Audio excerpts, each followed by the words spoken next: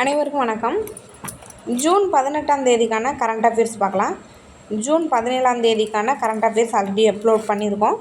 பார்க்காதவங்க பாருங்கள். இது வந்து ஜூன் 18 ரொம்ப முக்கியமான நியூஸ் மட்டும் பார்க்கலாம். ஃபஸ்ட்டு நியூஸ் என்ன அப்படின்னா, அணு ஆயுத இருப்பை அதிகப்படுத்திய இந்தியா மற்றும் பாகிஸ்தான். இந்தியா மற்றும் பாகிஸ்தான் மட்டும் இல்லை, என்னென்ன அப்படின்னு பார்க்கலாம். 9 நாடுகள் 2024 தங்களின் அணு ஆயுத இருப்பை அதிகப்படுத்தியிருக்கதா. இந்த ரிப்போர்ட் யார் கொடுத்துருக்கா அப்படின்னா, ஸ்டாக்ஹோம் சர்வதேச அமைதிக்கான ஆராய்ச்சி நிறுவனம். ஸ்டாக்ஹோம் சர்வதேச அமைதிக்கான ஆராய்ச்சி நிறுவனம். இந்த அணு ஆயுதங்கள் தொடர்பான ரிப்போர்ட் யார் ரிலீஸ் பண்ணுவோம் அப்படின்னா, இந்த ஸ்டாக்ஹோம் சர்வதேச அமைதி நிறுவனம் தான் வெளியிடுவாங்க. ஓகே, இதில் ஃபஸ்ட்டில் யார் இருக்கா அப்படின்னா, ரஷ்யா, ரெண்டாவது அமெரிக்கா, அடுத்து சைனா. ஓகேவா, நம்மளோட பிளேஸ் பார்த்திங்கன்னா 6வது இடம். நம்மளோட பிளேஸ் 6வது இடம். ஓகே, இதில் வேறு முக்கியமானது எதுவும் இல்லை. ஓகேவா, அடுத்தது பார்க்கலாம். இதுதான் ஃபஸ்ட்டு வந்து ரஷ்யா, அடுத்து அமெரிக்கா, அடுத்தது சைனா, ஃப்ரான்ஸ், பிரிட்டன், அதுக்கப்புறம் தான் இந்தியா. நமக்கு அடுத்து தான் பாகிஸ்தான். இந்த அடுத்த கொஸ்டின், இது ஒரு முக்கியமானது. தமிழ் சொசைட்டிலே இது முக்கியமான ஒரு கொஸ்டின். தமிழ் சொசைட்டியில் முக்கியமான ஒரு கொஸ்டின் என்ன அப்படின்னா, அமர்நாத் ராமகிருஷ்ணன். ஸோ அவரை பற்றி நம்ம ஆல்ரெடி படிச்சிருப்போம். கீழடி அகழாய்வை வெளிக்கொணர்ந்தவர் யார் அப்படின்னா, இவர் தான். ஆக்சுவலாக அவர் பார்த்திங்கன்னா 2013 கீழடி அகழாய்வை தொடங்கணும் அப்படின்ற மாதிரி சொல்லியிருப்பாங்க. பட் ஆனால் 2015 தான் முதல் கட்ட அகழாய்வு தொடங்கியிருக்கோம். முதல் கட்ட அகழாய்வும் சரி, 2வது கட்ட அகழாய்வும் சரி இவரோட தலைமையில் தான் நடந்திருக்கோம். 2000 சிவகங்கை மாவட்டத்தில் கீழடி இருக்குது, தெரிஞ்சிருக்கோம் நமக்கு. 2015 மற்றும் 16 ரெண்டுமே இவரோட தலைமையில் தான் மேற்கொள்ளப்பட்டிருக்கோம். தலைமை யார் அப்படின்னா இவர் தான். அதன் பிறகு ஓகே, இவரோட அகழாய்வுனால என்னெல்லாம் கன்ஃபார்ம் பண்ணியிருக்காங்க அப்படின்னு பார்க்கலாம். 2600 ஆண்டுகளுக்கு முந்தைய தொன்மையான பொருட்கள் எங்கன்னா கீழடியில் 2600 ஆண்டுகளுக்கு பழமையான பொருட்கள், சுட்ட செங்கற்கள், பிராமி எழுத்துக்கள் பொறிக்கப்பட்ட மண்பாண்ட பொருட்கள், தங்க ஆபரணங்கள், எலும்பு கூடுகள், வெள்ளி அச்சு பொறிப்பு எல்லாமே கண்டுபிடிச்சிருப்பாங்க. வெள்ளி அச்சு பொறிப்பு இது எல்லாமே எங்கே கண்டுபிடிச்சிருக்காங்கன்னா கீழடியில் கண்டுபிடிச்சிருக்காங்க.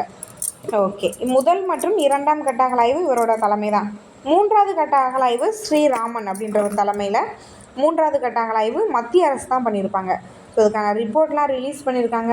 ஓகே, அடுத்த கொஸ்டின் என்ன அப்படின்னா, G20 மாநாடு G7 மாநாடு G7 மாநாடு இந்த வருஷம் 2025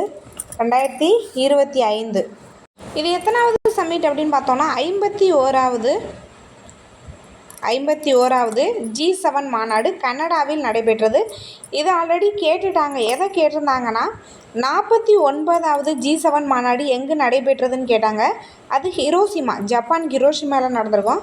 அதுக்கப்புறம் 50வது மாநாடு 2024 இத்தாலியில் நடந்துச்சு. 2023 தான் ஜப்பான் ஹிரோஷிமா நகரில் நடந்துச்சு. இதை தான் ஆல்ரெடி கேட்டுட்டாங்க. ஓகேவா, இந்த வருஷம் 2025 கனடாவில் நடந்திருக்கு. ஓகேவா, இது ஒரு முக்கியமான ஒன்று, நல்லா நோட் பண்ணிக்கோங்க. அதன் பிறகு இதில் வந்து பார்த்திங்கன்னா 7 நாடுகள் இருக்கும். 7 நாடுகளுமே என்னென்ன அப்படின்றத நம்ம தெரிஞ்சு வச்சுக்கணும். என்னென்ன நாடுகள் இதில் பங்கு பெறுகின்றன, இடம்பெற்றுள்ளன அப்படின்றதையும் நமக்கு தேவை. ஓகேவா, அமெரிக்கா, கனடா, ஃப்ரான்ஸ், யூகே, ஓகேவா உட்பட மொத்தம் 7 நாடுகள் இருப்பாங்க. வேறு இதில் முக்கியமானது என்ன அப்படின்னா, இதுலேயே இருக்குது. France, Britain, Germany, Japan, Italy, Canada, ஐரோப்பிய யூனியன், மொத்தம் 7 நாடுகள். ஓகே, ஸோ இதுக்கான பேப்பர் கட்டிங் வந்து நம்ம டெலகிராம் சேனலில் கொடுத்துருக்கேன். ஸோ இதை நான் சொல்கிறத விட நீங்கள் ஒன் டைம் இதை ரீட் பண்ணீங்க அப்படின்னா உங்களுக்கு இன்னும் நல்லா ஞாபகம் இருக்கும். ஏவா, நான் சொல்கிறத கேட்குறீங்க, ஓகே. ப்ளஸ் ஒன் டைம் வந்து இதை ரீட் பண்ணி என்ன பண்ணிக்கங்க, எழுதி வச்சுக்கோங்க. ஒரு நாளைக்கு ஒரு 5 நியூஸ் கூட வராது, 4 நியூஸ் அவ்வளோதான் வரும். இதில் வந்து இந்த G7 கண்ட்ரி முக்கியம், 51வது பதிப்பு முக்கியம். ஓகே, அடுத்த நியூஸ் என்ன அப்படின்னா, இது ரொம்ப முக்கியம் இல்லை, ஜஸ்ட்டு தெரிஞ்சு வச்சுக்கோங்க. திபெத்தின் பௌத்த மத தலைவரான 14வது தலாய் லாமா இவரோட 90வது பிறந்த நாள் ஜூலை 6 கருணை தினமாக அறிவிக்க அமெரிக்க பார்லிமெண்ட்டில் என்ன பண்ணியிருக்காங்கன்னா தீர்மானம் கொண்டு வந்திருக்காங்க. அமெரிக்க நாடாளுமன்றத்தில் தீர்மானம் கொண்டு வரப்பட்டுள்ளது. இது மட்டும் போதும். அடுத்து சர்வதேச யோகா தினம். இது ரொம்ப முக்கியமான ஒன்று. யோகா தினம் நமக்கு தெரியும் எப்போ அப்படின்னா ஜூன் 21. இந்த வருஷத்துக்கான தீம் என்ன அப்படின்றதையும் சொல்லிடுறேன், நோட் பண்ணிக்கோங்க. யோகா ஃபார்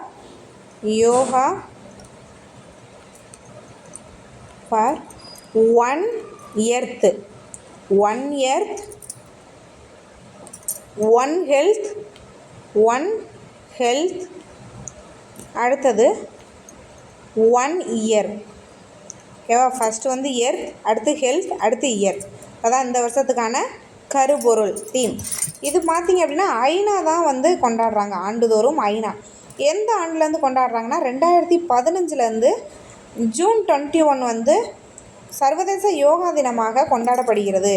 2014 நம்ம இந்தியாவோட கோரிக்கையை ஏற்று ஐநா என்ன பண்ணியிருப்பாங்க அப்படின்னா இந்த ஜூன் 21 சர்வதேச யோகா தினமாக 2014 அனௌன்ஸ் பண்ணியிருப்பாங்க. நம்மளோட கோரிக்கை 2014 தான். அதன் பிறகு 2014 ஆண்டுதோறும் ஜூன் 21 வந்து சர்வதேச யோகா தினமாக கொண்டாடப்படும் அப்படின்ற அனௌன்ஸ்மெண்ட்டை கொடுத்து ஃபஸ்ட்டு யோகா தினம் எப்போ அப்படின்னா 2015. ஓகே.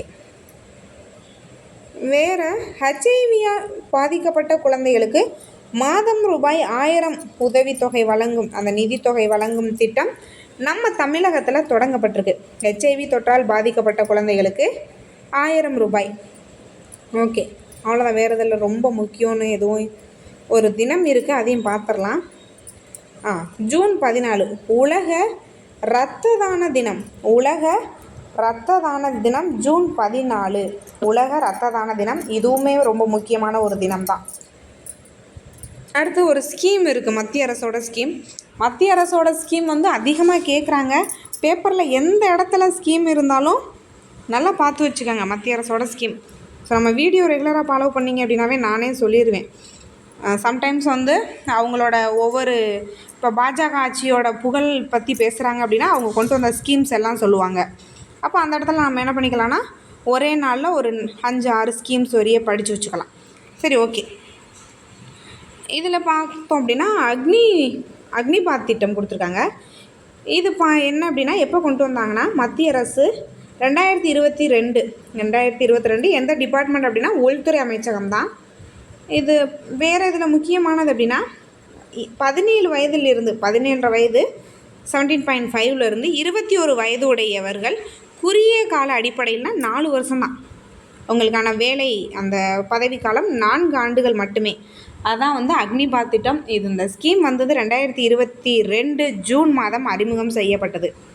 ஓகே. வேறு இதில் முக்கியமானது ஒரு ஸ்போர்ட்ஸ் நியூஸ் இருக்குது. இது உங்கள் தமிழகத்தை சேர்ந்தவங்க ஜஸ்ட் தெரிஞ்சு வச்சுக்கோங்க. தமிழகத்தில் இருந்து முதல் தேசிய மகளிர் பவர்லிஃப்டிங் நடுவராக ஆர்த்தி அருண் அங்கீகாரம் பெற்றுள்ளார். தமிழகத்தை சேர்ந்தவங்க அப்படின்றதுனால ஜஸ்ட் இதை தெரிஞ்சு வச்சுக்கிடுவோம்.